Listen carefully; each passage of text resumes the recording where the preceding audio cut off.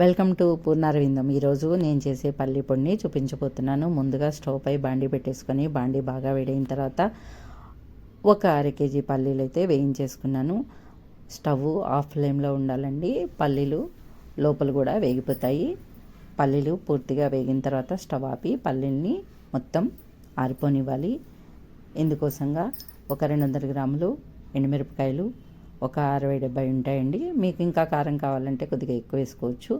ఓ 2 చెంచాలు మినపప్పు, 2 చెంచాలు శనగపప్పు, ఓ చెంచా జీలకర్ర, చిటికెడు పసుపు, కాస్త కరివేపాకు, చెంచా ఇంగువ, ఒక పెద్ద వెల్లిపాయి, తొడాలు తీసి పెట్టుకున్నటువంటి ఎండుమిరపకాయలు, ఆల్రెడీ వేగి చల్లారిపోయినటువంటి 2 బౌళ్ళ పల్లీలు. ఇవన్నీ రెడీగా ఉన్నాయి కదండి. ఇప్పుడు ఏ బాండీలో అయితే పల్లీలు వేయించుకున్నామో తిరిగి అదే బాండీ స్టవ్ పై పెట్టేసి శనగపప్పు, మినప్పప్పుని దోరగా వేయించాలి. స్టవ్ సిమ్లో ఉంచేసి తిరిగి అదే బాండీ స్టవ్ పై పెట్టి కాస్త నూనె వేసి నూనె వేడెక్కిన తర్వాత స్టవ్ ఆఫ్ ఫ్లేమ్లోనే ఉంచేసుకొని మనము తొడాలు తీసి రెడీగా పెట్టుకున్నటువంటి ఎండుమిరపకాయలని ఆఫ్ ఫ్లేమ్లోనే వేగనివ్వాలి.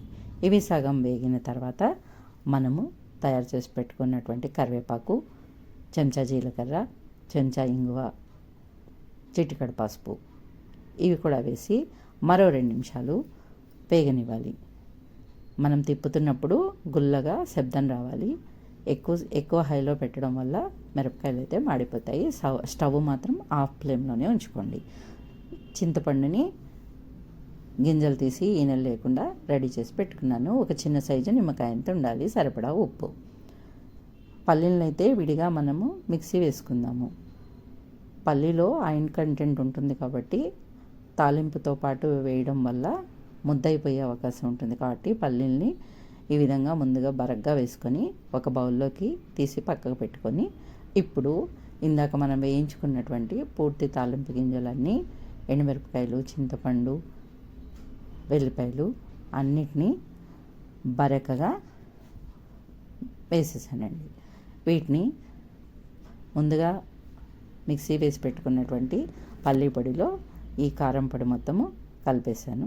ఇలా అయిపోయినటువంటి పల్లి పొడిని ఒక డబ్బాలో తీసి మూతతో పెట్టేసుకొని వేడివేడి అన్నంలోకి, ఇడ్లీలోకి, దోశలోకి నెయ్యితోటి తింటే చాలా బాగుంటుందండి.